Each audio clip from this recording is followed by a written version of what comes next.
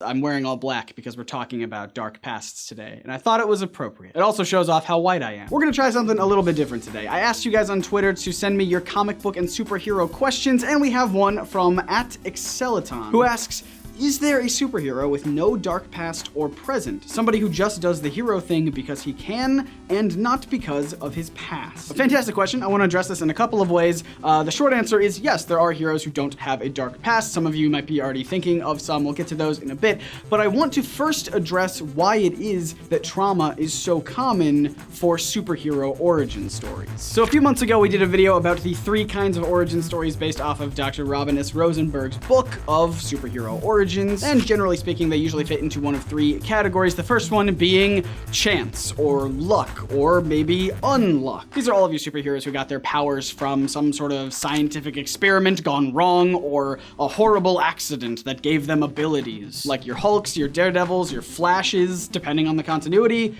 etc. Obligatory Mopey reference, moving on. The next category of origins is the chosen one. I used the example in the last video of the Hawk people from the first season of Legends of Tomorrow. Carter and Kendra are in a constant cycle of dying, being reborn, becoming baristas, and then becoming Hawk people, dying again, so on and so forth. It's their destiny to repeat that cycle forever, or at least until they kill Vandal Savage, which, spoilers, they totally did. And then they went away forever, and all was good with the world. And then, of course, the last category is trauma. This is super common with superhero stories. It's what fuels Batman and Spider-Man and Wolverine, a tragic, dark past that makes them the hero that they are. Now, of course, those origin categories are not mutually exclusive. You can have some crossover there, and in fact, most of the time, you are gonna cross over chance or the chosen one with some kind of trauma. Trauma is very common. So for example, Superman's origin is a combination of trauma in that his whole planet exploded and chance, the fact that he would be found by, out of everyone on the planet, the Kents. Now, having a tragic backstory is a frequently used trope in storytelling in general, not just superhero comics. And the reason why, as Dr. Rosenberg points out in her book, is that origin stories are transformation stories. We take a character and we see them transformed into a superhero. And it's 2 types of transformations between a regular person and a superhero. It goes regular to super and person to hero. And when you present a character with a traumatic event, it gives them the opportunity to overcome it, change, grow as a character, and transform. It also has the added function of making otherwise unapproachable characters like aliens and billionaires relatable, as I'm sure we've all experienced some sort of loss or pain or fear that we can empathize with. And when you're telling fantastic stories about gods or aliens from other planets, then yeah, this could be a useful tool. So with all that said, let's finally address this question.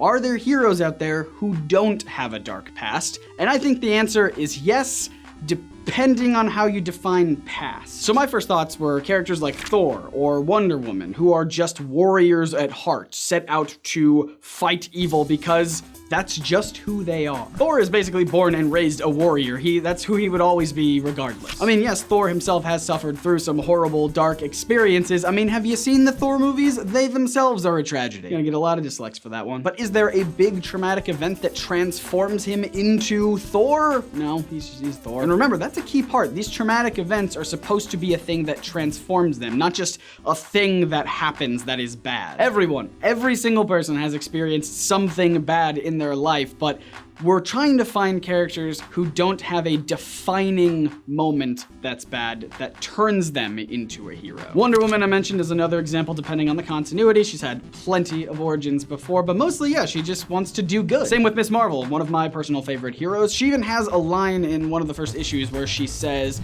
"Good is not something you are, it's something you do." Her origin from Kamala Khan to Ms. Marvel isn't exactly tragic, it's just a thing that happens and she adapts and becomes a hero. Now here's an interesting one that I'd like to know your guys' thoughts on. Captain America. Because honestly, you could say he has 2 origins. There's Steve Rogers to Captain America, who fought in World War II, and then there's the World War II hero to the modern day Captain America. Now, if we're just going off of that first origin, from Steve Rogers to Captain America, not exactly a tragic backstory, unless you want to count the death of Erskine, which did that fuel him to become Captain America? I would argue no, he was already going to be, that's why he was there. I suppose it gave him some more motivation to fight, but I mean, he was gonna be Captain America regardless. But the real trauma with Captain America happens after he's frozen and thawed out in modern day, when he realizes everyone he knew and loved is dead or real old. It's that guilt that he has within him about Bucky, about Peggy. So with Captain America, it really depends on where you think his origin ends. Does his origin end once he gets the super soldier serum and becomes Captain America? In which case, I don't think that it's a tragic backstory.